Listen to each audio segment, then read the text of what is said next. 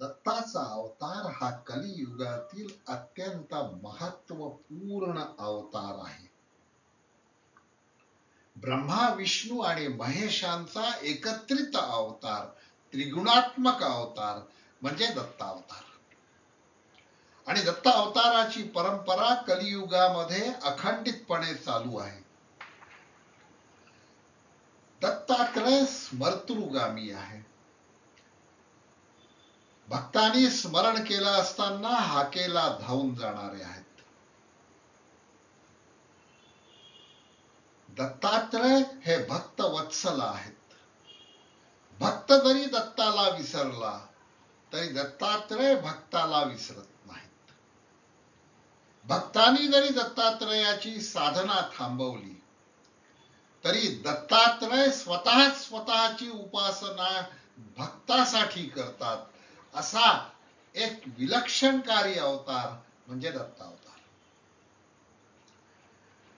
दत्तात्रय हा त्रिकाल ज्ञानी आहे आणि त्रिकाल स्मरणीय आहे. दत्तात्रयाचा जन्म मार्गशीर्ष महिन्यात पौर्णिमेला सायंकाळी प्रदोष काळात गोरज मुहूर्तावर झालेला आहे. मासानाम मार्गशीर्षोस्मी असं कृष्ण गीतेमध्ये सांगतात.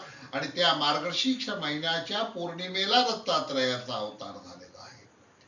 दत्तात्रयांचा पहिला अवतार हा श्रीपाद श्री वल्लभ आहेत आणि त्यांचा जन्म भाद्रपद शुद्ध चतुर्थीला म्हणजे गणेश चतुर्थीच्या दिवशी झालेला आहे. आणि तो उषक्कालात झालेला आहे.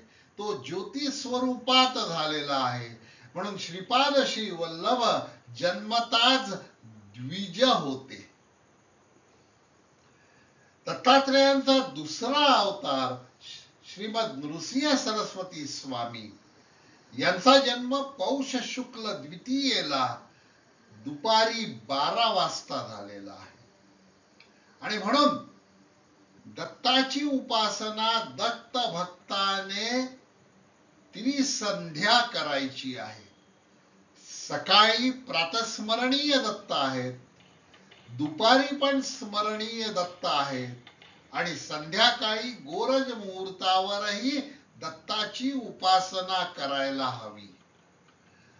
हे दत्त जन्माचं रहस्य सांगण्यासाठी हा व्हिडिओ केलेला आहे. आणि म्हणून म्हणूया, स्मर्तृगामी दत्ताचं स्मरण करूया.